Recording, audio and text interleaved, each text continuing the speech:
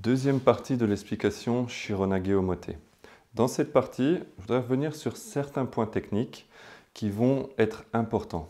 Et s'ils sont oubliés ou modifiés, vous allez avoir des conséquences sur toute la technique. Le premier point sur lequel je voudrais revenir et qui a été énoncé, c'est l'angle d'entrée. Ici, dans ce premier temps, on a expliqué dans la partie 1 les hanches de face, le pied avant ouvert et l'entrée, voilà, par rapport à cette ligne, se fait entre la ligne là et la projection du pied. Vous avez tout un quart, on va dire, de cercle qui permet d'entrer votre pied en fonction du rapport à hoquet, de la poussée, de la longueur de votre bras. En entrant dans cet angle-là, vous allez permettre d'avoir l'extension. Maintenant, si j'entre plus proche, ici, imaginons j'arrive quand même à rentrer. Parce que je peux jouer sur le bras, je peux utiliser différentes méthodes. Qu'est-ce qui va se passer? En me rapprochant, ici, je vais finalement soit avoir une hanche en contact, soit devoir ici avoir moins d'extension, monter plus, et il va pouvoir tourner avec moi. Et on va se retrouver dans une technique, soit à continuer par une autre, soit à recommencer.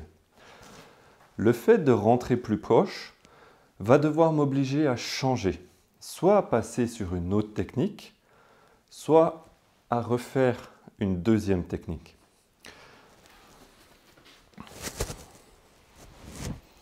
Ici, il faut étendre pour pouvoir passer. Il ne faut pas simplement passer en dessous et lever. Si je lève, mais qu'il n'est pas étendu, que ça passe au-dessus de son niveau, il peut tourner. L'objectif étant d'étendre et à partir de là, qu'il ne puisse pas tourner en dessous, moi d'amener. C'est à moi d'aller tourner en dessous et pas à lui de pouvoir tourner. C'est pour ça que l'extension et la torsion sont deux composantes absolument indispensables simultanément. Si vous tournez sans étendre, il va tourner. Si vous étendez sans rotation, pareil, il va pouvoir contrer. Donc, dans cette étape-là, le point important, j'ai le pouce vers le bas, je monte et je pivote. Comme on l'a vu, si on change cet angle, ici, soit alors il va pouvoir tourner en dessous, soit dans d'autres techniques, par exemple, c'est ce qu'on va faire quand on va travailler. Koshinage, la forme Shironage, et une entrée du pied qui n'est pas correcte par rapport à l'extension. Le bras monte, je vais devoir descendre et la relation entre nos corps va faire que les hanches viennent en contact. La naissance de cette technique est due à la fin de la possibilité de créer la technique qu'on appelle Shironage. Donc, premier temps, respectez vraiment à la fois ce pouce vers le bas pour avoir cette rotation, ce pied ouvert pour avoir cette extension. Ça, c'est un point indispensable.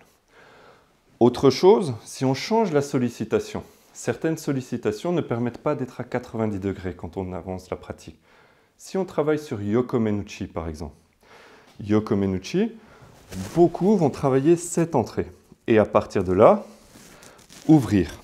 Par rapport à sa position, je ne suis pas à 90 degrés comme dans les bases. Cependant, il va falloir que je respecte tous les points techniques. Le pouce vers le bas pour pouvoir créer cette extension. Et au moment où je vais entrer, c'est parce que je vais respecter cet angle qui fait que cette main va être loin. Qui fait qu'ici, quand je vais monter, là, je ne vais pas rentrer et lui laisser la possibilité. Qui fait que quand je vais couper, ça va pouvoir passer. Donc, premier temps, et sur Shironage, respectez vraiment le pouce vers le bas et le pied ouvert. C'est ça qui va conditionner tout le reste de la technique Shironage. Où vous allez sur votre deuxième temps, comment vous réalisez votre pivot va être conditionné par ce premier temps. Sans ça, il va falloir passer sur d'autres techniques.